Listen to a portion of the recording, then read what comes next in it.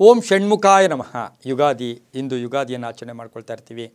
ಈ 2024ರ ಯುಗಾದಿ 9ನೇ ತಾರೀಕು 4ನೇ ತಿಂಗಳು 2024ರಲ್ಲಿ ನಾವು ಯುಗಾದಿಯನ್ನು ಆಚರಣೆ ಮಾಡ್ಕೊಳ್ತಾ ಇದ್ದೀವಿ. ಇಂದು ಮಂಗಳವಾರ.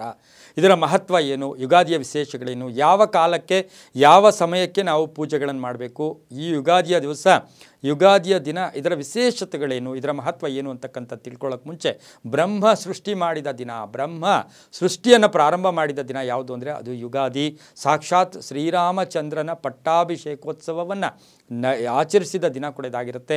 ದೀಪಾವಳಿಯ ದಿನ ಅವರು ವಾಪಸ್ ಬಂದಾಗ ನಾವು ಪಟಾಕಿ ಸಿಡಿಸಿ ಅವ್ರನ್ನ ಸ್ವಾಗತ ಮಾಡಿಕೊಂಡ್ರೂ ಕೂಡ ಯುಗಾದಿಯ ದಿನ ಪಟ್ಟಾಭಿಷಿಕ್ತರಾಗ್ತಕ್ಕಂತಹ ದಿನ ಕೂಡ ಇದಾಗಿರುತ್ತೆ. ಅದ್ರ ಜೊತೆಗೆ ಶಾಲಿವಾಹನ ಶಕೆ ಪ್ರಾರಂಭ ಆಗಿದ್ದು, ಇಡೀ ಪ್ರಪಂಚ, ಇಡೀ ನಭೋಮಂಡ ಎಲ್ಲವೂ ಕೂಡ ಹೊಸತನದಿಂದ, ಹೊಸ ಹುಮ್ಮಸ್ಸಿನಿಂದ ಪ್ರಾರಂಭ ಮಾಡ್ತಕ್ಕಂಥದ್ದೇ ಯುಗಾದಿ ಕೂಡ ಇದಾಗಿರುತ್ತೆ.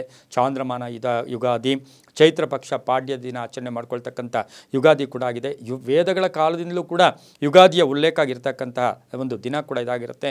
ಈ ದಿನ ಬಹುಮುಖ್ಯವಾಗಿ ನಾವು ಏನು ಮಾಡಬೇಕು, ಯಾವ ರೀತಿ ಆಚರಣೆ ಮಾಡಬೇಕು, ಬೆಳಗ್ಗೆ ಅಭ್ಯಂಗನ ಸ್ನಾನ ಮಾಡ್ಕೊಳ್ಳೋದು, ಹರಳೆ ಎಣ್ಣೆ ಅಥವಾ ನಿಂಬೆ ಹಣ್ಣು ಹಾಕಿ, ಕೆಲವರು ತಂದೆ ತಾಯಿಗಳಿಗೆ ಕಾಲಿಗೆ ನಮಸ್ಕಾರ ಮಾಡಿ, ಕೆಲವರು ಆಶೀರ್ವಾದ ಮಾಡ್ತಾರೆ. ತಂದೆ ತಾಯಿಗಳ ಆಶೀರ್ವಾದ ಪೂರ್ವಕವಾಗಿ ಅಭ್ಯಂಗನ ಸ್ನಾನ ಮಾಡ್ಕೊಳ್ಳೋದ್ರ ಮುಖೇನ ನಾವು ದಿನಚರಿಯನ್ನು ಪ್ರಾರಂಭ ಮಾಡ್ಕೊಳ್ತೀವಿ. ಅದ್ರ ಜೊತೆಗೆ ಮನೆ ಶುದ್ಧಿ ಮಾಡ್ಕೊಳ್ಳೋದು, ಮಾವಿನ ತೋರಣ ಕಟ್ಟಿರ್ತೀವಿ.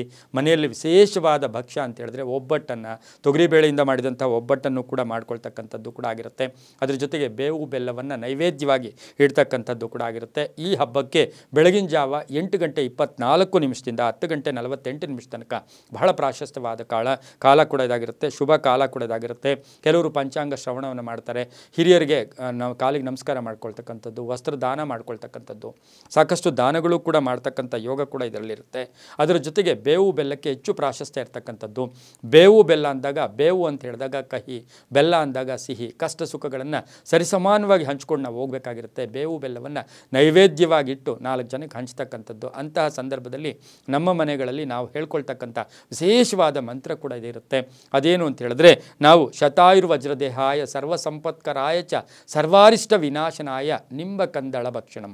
ಶತಾಯುರ್ವಜ್ರದೇಹಾಯ ಸರ್ವಸಂಪತ್ಕರಾಯ ಚ ಸರ್ವಾರಿಷ್ಟ ವಿನಾಶನಾಯ ನಿಂಬ ಕಂದಳ ಭಕ್ಷಣಂ ಅಂತಕ್ಕಂಥ ಮಂತ್ರ ಹೇಳಿ ನಾವು ಬೆಲ್ಲವನ್ನು ತಿಂದು 100 ವರ್ಷ ಚೆನ್ನಾಗಿರಬೇಕು ಅಂತಕ್ಕಂಥ ಒಂದು ಎಲ್ಲರಿಗೂ ಆಶೀರ್ವಾದ ಮಾಡಬೇಕು.